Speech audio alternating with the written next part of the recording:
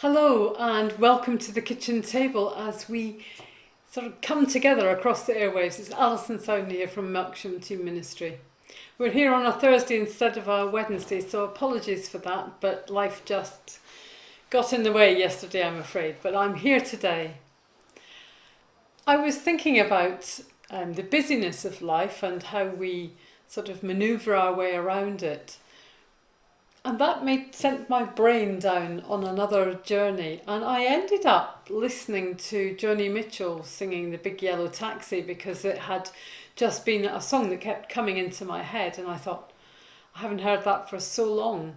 And as I was listening to it and thinking about, you don't know what you've got till it's gone, I was thinking about not just our environment and how we look after our world globally, don't pave over paradise just to put up a parking lot, but how we actually care for one another as community, as human beings, how we look into the face of one another and behave. Has community changed that much in the last few decades or even in the last year? Do you remember being young and finding things to do, hanging about? I had a place with a bench that we used to all go out and hang out at when I was a teenager. Everyone used to wonder what we were up to because there was a group of youngsters hanging about, not doing anything good. But actually we weren't doing anything bad, we were just being together. But the relationship that we had in the village that I lived in meant that actually the people that saw us would come up and have a natter to us, and then they would walk off again, usually offering us a toffee or something else as they went, because we'd had a conversation, we heard each other and listened to each other. Those conversations and the ability to listen to one another are the things that really matter in making a good society. I was thinking globally, I was listening to the news the other night of Biden meeting President Putin and the power balance between the two. They are both politicians, they've both been working in that sphere for so long, but now they are face to face, holding positions of power and trying to negotiate a way forward in relationship. You see the same too with what's going on in the press with Boris Johnson and Matt Hancock and Dominic Cummings. The battles that are going on, and we try to work our way through what makes sense. Who do you trust? What is spoken that is the truth? We all have an agenda of something we want to achieve, whether we are the president of one of the most powerful nations in the world, whether we are a prime minister, or whether we are somebody just trying to get our point of view heard and understand what the other person is wanting. In the Bible, Jesus would often challenge authority.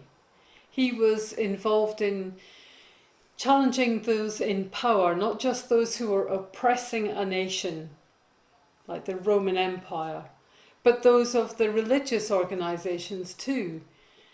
He was very much a pacifist, but he wasn't a pushover.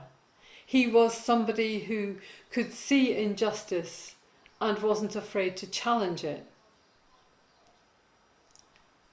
I was thinking when I was reading the other day on Facebook, I was reading Sham Shout, which is a place where people post all sorts of ideas and notions about the town they live in, about Melksham, this town.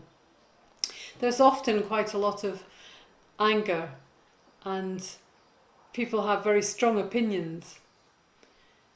As I was reading about some youngsters in town creating a bit of a nuisance of themselves, if you like, being aggressive and using bullying behaviour, I really started to wonder why they're having to behave like that, and moving backwards to sort of find out what it is about our society and our world that maybe stops listening to our young people, to our children, maybe stops listening to the people on the margins who have the least.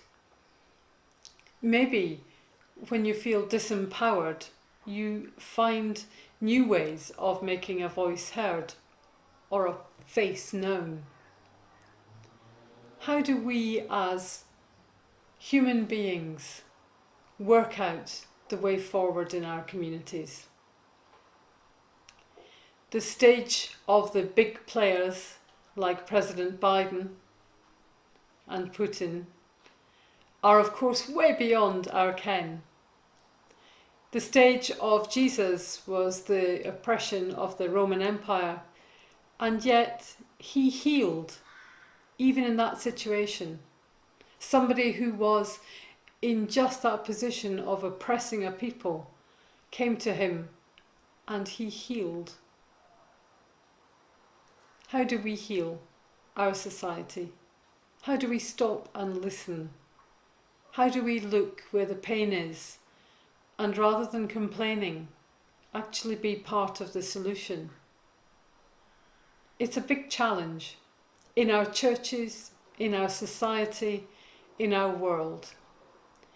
Jesus did it through loving each and everybody. No exception, no matter how rich or how poor, whether you're man or woman, slave or free. He met you with love, with openness, with challenge, but also with hope.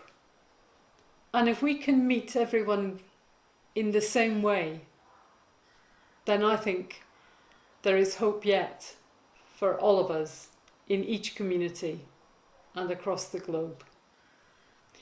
This Sunday we will be thinking about Sanctuary Sunday, a day where we consider the refugees from across the world, displaced by poverty, by war, by powerlessness. As we think about our brothers and sisters across the world and in this very place who struggle to find a place of safety and security, I think it's for each and every one of us to think about how we play our part in that and make this world all the sweeter. I hope to see you at the kitchen table on Sunday morning or in church. We're at St Michael's this Sunday. But wherever you are and whatever you're doing, I hope you know the peace of Christ in your heart and you see the eyes of Christ in every face you look at. Take care. God bless. Bye for now.